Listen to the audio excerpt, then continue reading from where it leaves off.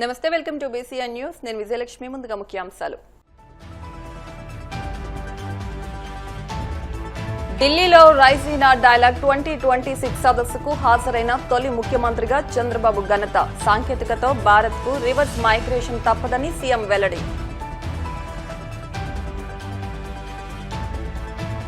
తిరుమల లడ్డూ ప్రసాదంపై చంద్రబాబు పచ్చి అబద్దాలు చెప్పారన్న సజ్జల. తమ హయాంలో తిరుమలలో క్వాలిటీ టెస్టింగ్ ల్యాబ్ ని ఏర్పాటు చేశామని వెల్లడి. వాడపల్లి వెంకన్న ఆలయంలో ప్రత్యేక పూజలు. మంగళ వాయిద్యాల నడుమ శ్రీ స్వామి అమ్మవార్లకు మేల్కొల్పు సేవ, ఈశ్వరలక్ష్మి హోమం.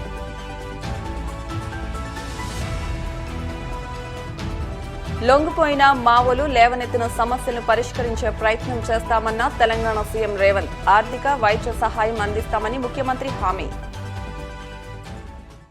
విభిన్నంగా ఆలోచించే వారి కోసం, సృజనాత్మకతకు పెద్దపీట వేసే మేధావుల కోసం అమరావతిలో అత్యాధునికమైన క్రియేటివ్ సిటీని నిర్మిస్తున్నామని, కేవలం పరిపాలనా నగరంగా మాత్రమే కాకుండా భవిష్యత్తు తరాలకు వేదికగా అమరావతిని తీర్చిదిద్దుతున్నామని ముఖ్యమంత్రి చంద్రబాబు వెల్లడించారు. న్యూఢిల్లీ వేదికగా జరుగుతున్న ప్రతిష్టాత్మక రైసీనా డైలాగ్ 2026 సదస్సులో పాల్గొన్న ఆయన తన ప్రసంగంలో అమరావతి అభివృద్ధికి సంబంధించి కీలక విషయాలను ప్రపంచ దేశాల ప్రతినిధులతో పంచుకున్నారు. అమరావతిలో కేవలం భవనాలు మాత్రమే ఉండవని, అక్కడ drone city, aerospace, electronic city వంటి భవిష్యత్ ఆధారిత రంగాలు కొలువు తీరుతాయని స్పష్టం చేశారు. Leaving alone geopolitical situations, India is moving very fast, and also now it is an amazing time. Technology is matured. Originally, I know very well, around 1995, when I started promoting technology, we had a big problem. Even we didn't have at that time proper bandwidth. Then I used to promote technology, and also deregulation of telecommunication sector has been happened. That was the beginning, and India has taken first more advantage. Today in knowledge economy, we are leading the global community. Around 57 to 60% of GCCs are located in India. I am confident one day it will reach 75%. That is the strength of India. By leveraging all these things, as on today, if you see IT revolution, because of IT revolution, Indians are earning highest per capita income all over the world. Among Indians, 35% are Telugu community. I am proud of it. That is how first more advantage will come. Now, recently our Prime Minister has constituted a committee for digital currency. I headed that committee. I had a very good exposure now. Our UPI is the best in the world, but so many people are asking for assistance for UPI also. Now, things are happening. In Andhra Pradesh, first time, Google is investing $15 billion for data center 1 gigawatt and also AI. That is the biggest investment in the recent past after economic reforms in India. And also we are establishing quantum computer now. That is where quantum computer is having in Andhra Pradesh. And also so many changes are going to come in the future. As on today we are all talking Silicon Valley, that is in California, America. Future will talk Quantum Valley, that is in India, that is from Amaravati, that is from my state. Already quantum computer we have established, we are starting. By year end operations will start. We are going to manufacture quantum computers. We are going to supply quantum computers for rest of the world. That is the stage today. Now, we are all seeing now, IT, nobody believed at that time. This is only 3 decades long. At that time when I started IT, my opponents, my opposition parties used to attack me. People want pump set, not telephone. Today, I am proud to say, Hyderabad city is a knowledge economy, totally. And also, we built one of the best city. 25 years time, highest per capita income is from Telangana. They are number one. One decision we have taken 3 decades back, 2.5 decades. All over the world, highest per capita income, Indians, among Indians, Telugu community. Now from IT to AI. This is a game changer. But how to go about all these things is very important. There will be a lot of changes in the near future. For everybody, every person day-to-day life, AI is going to play a crucial role. Now data center, data is wealth. How to use this data through AI and also with quantum computers, it all depends upon the ability of that country or individual or state governments. I am confident it will have a transformative changes in the near future. So technology is available. Even quantum is going to, computing power is going to change. So many things are going to happen. YCP అధినేత జగన్ను రాజకీయంగా ఎదుర్కోలేకే ముఖ్యమంత్రి చంద్రబాబు తిరుమల లడ్డూ ప్రసాదంపై కుట్రపూరిత ఆరోపణలు చేస్తున్నారని సజ్జల రామకృష్ణారెడ్డి మండిపడ్డారు. తాడేపల్లిలోని party కేంద్ర కార్యాలయంలో మీడియాతో మాట్లాడుతూ ఆయన ఈ వ్యాఖ్యలు చేశారు. లడ్డూ ప్రసాదంలో జంతువుల కొవ్వు, కెమికల్స్ కలిపారంటూ చంద్రబాబు చేసిన ఆరోపణలు పచ్చాబద్దాలని సజ్జల కొట్టిపారేశారు. వైసీపీ హయాంలోనే తిరుమలలో అత్యున్నత ప్రమాణాలు కలిగిన క్వాలిటీ టెస్టింగ్ ల్యాబ్ను ఏర్పాటు చేశామని గుర్తు చేశారు. మార్కెట్లో హెరిటేజ్ నెయ్యి ధర కంటే ఇందాపూర్, అమూల్ నెయ్యి ధరలు తక్కువగా ఉన్నాయని, కేవలం కొన్ని సంస్థలకు లబ్ధి చేకూర్చడానికే నెయ్యి కాంట్రాక్టుల విషయంలో చంద్రబాబు రాజకీయం చేస్తున్నారని ఆరోపించారు.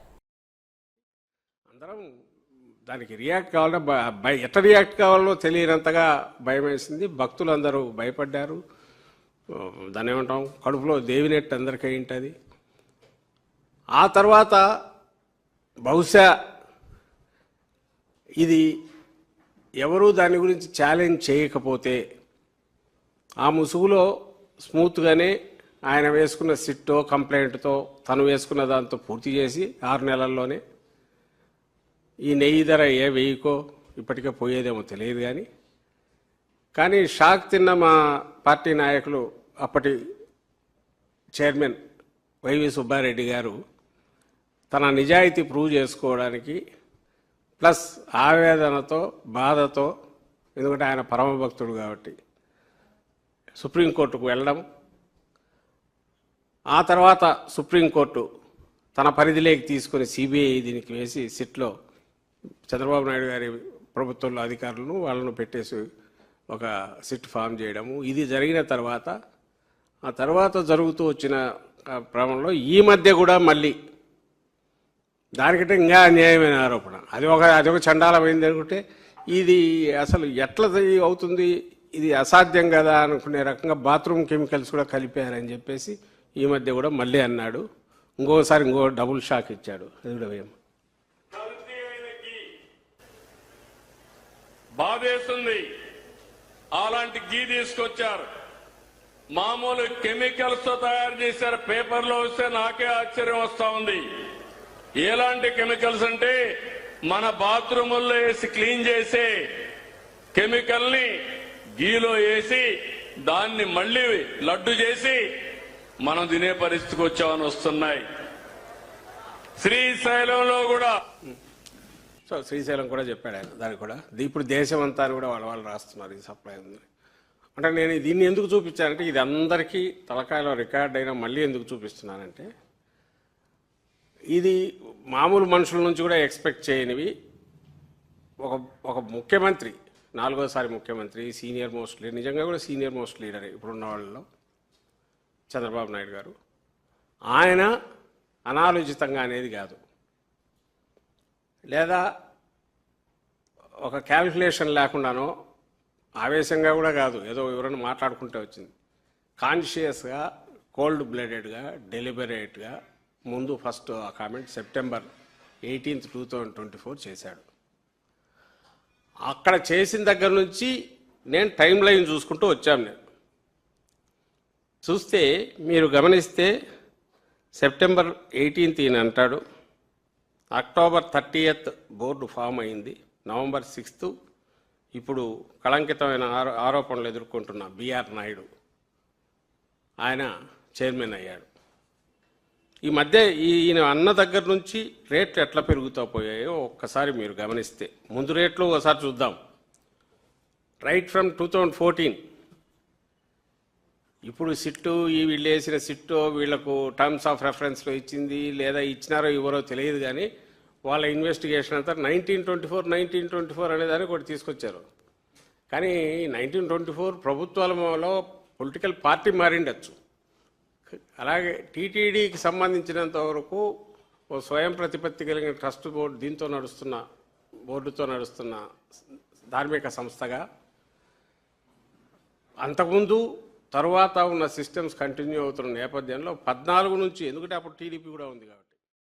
కోనసీమ తిరుమలగా వర్ధిల్లుతున్న వాడపల్లి శ్రీ వెంకటేశ్వర స్వామి ఆలయంలో ఆదివారం ప్రత్యేక పూజలు వైభవంగా నిర్వహించారు. మంగళ వాయిద్యాల నడుమ శ్రీ స్వామి అమ్మవార్లకు మేలుకొలుపు సేవను నిర్వహించిన అనంతరం ఐశ్వర్యలక్ష్మి హోమాన్ని జరిపించారు. అర్చకులు శ్రీ స్వామి అమ్మవార్ల వసంత మండపంలో అష్టోత్తర పూజలు నిర్వహించగా ప్రత్యేక అలంకరణలో ఉన్న స్వామిని దర్శించుకునే భక్తులు తరించిపోయారు.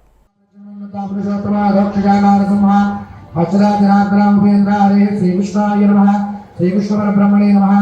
ఓం విష్ణవే నమః. ఓం పురుషాయ నమః. ఓం సత్యాయ నమః. ఓం అచ్యుతాయ నమః. ఓం వినోదాయ నమః. జగన్మంజాయ నమః. ఓం గోవిందాయ నమః. ఓం శాశ్వతాయ నమః. ఓం శేషాద్రినిలయాయ నమః. ఓం దేవాయ నమః. ఓం మధుసూదనాయ నమః. ఓం అమృతాయ నమః. ఓం మాధవాయ నమః. ఓం కృష్ణాయ శ్రీవేంకటనాథాయ శ్రీనివాసాయ మంగళం. మంగళం గోవిందాయ వణీయవనాత్మనే చక్రవర్తి ధనుజాయ ఫలభూయాయ మంగళం. వేద వేదాంత విద్యాగానమూర్తే వేడుకొండలవాడ వెంకటరమణ గోవింద. అందరూ కూడా వెంకటరమణ గోవింద. గోవింద. శ్రీ శ్రీనివాస శ్రీ వెంకటేశ గోవింద.